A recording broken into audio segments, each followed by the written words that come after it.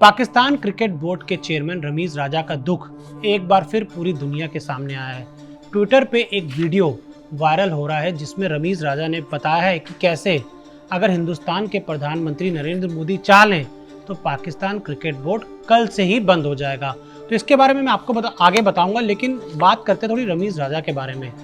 रमीज राजा अपने ज़माने के जुझारू क्रिकेटर, उसके बाद एक शानदार क्रिकेटर और फिर आगे चल के एक अच्छे क्रिकेट गेस्ट के तौर पर पाकिस्तान में उन्हें देखा गया। लेकिन जब से रमीज राजा पाकिस्तान क्रिकेट बोर्ड के चेयरमैन बने तब से पाकिस्तान क्रिकेट बोर्ड पर लग चुका है एक ग्रहण। पाकिस्तान क्रिकेट बोर्ड ने रमीज राजा के चेयरमैन बनने के बाद एक भी इंटरनेशनल मैच नहीं खेला।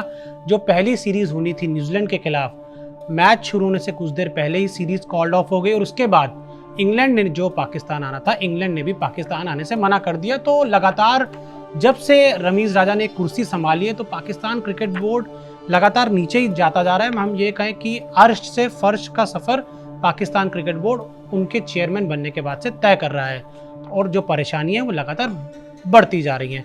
अब बात करते हैं रमीज राजा के उस बयान का जो सोशल मीडिया पर वायरल हो रहा है।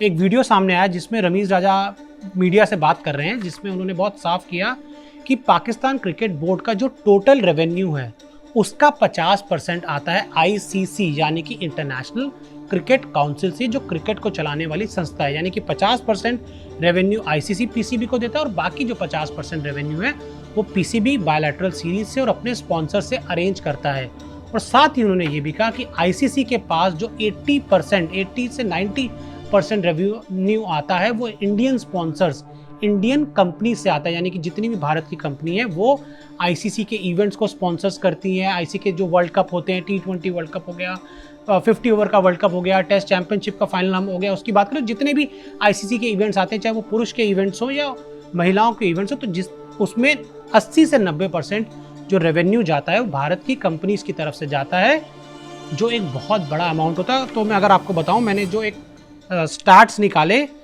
1536 USD मिलियन डॉलर एक साल में आईसीसी की कमाई होती है और जिसका आप एक बड़ा हिस्सा 80 से 90% यानी कि ऑलमोस्ट आप ये मान के चलिए 1400 या 1300 million USD dollar Indian companies की तरफ से जाते हैं। अब मैं आपको बताता हूं कि एक आईसीसी का जो रेवेन्यू मॉडल है उसके तहत हिंदुस्तान कहां स्टैंड करता है और पाकिस्तान कहां स्टैंड करता है। जैसा कि मैंने आपको पहले बताया कि एक साल में आईसीसी को जो रेवेन्यू जनरेट होता है उसमें 1500 से ज़्यादा USD मिलियन डॉलर मिलते हैं, जिसमें हिंदुस्तान के खाते में आता है लगभग 23% शेयर। हिंदुस्तान को मिलते हैं 400 से ज़्यादा मिलियन USD डॉलर। उसके बाद नंबर आता है इंग्लैंड का। इंग्लैंड को मिलता है 7.2% शेयर, यानी कि हिंदुस्तान 23% पे है और उसके बाद इंग्लैंड आता है 7.2% के साथ नंबर 2 पर। अगर हम बात करें पाकिस्तान की, अगर हम बात करें ऑस्ट्रेलिया की, वेस्ट इंडीज़ की, जहां हिंदुस्तान को 400 से ज़्यादा मिलियन USD डॉलर मिल रहे हैं, तो वही पाकिस्तान को सिर्फ मिलता है 128 मिलियन USD डॉलर। आप खुद समझ सकते हैं कि हिंदुस्तान को 3 गुना से भी ज़्यादा आईसीसी पैसा देता है, क्योंकि आईसीसी भी जानता है ना, जो पैसा बीसीसीआई को दे रहे हैं वो आ तो इवेंचुअली इंडिया से रहा है ना।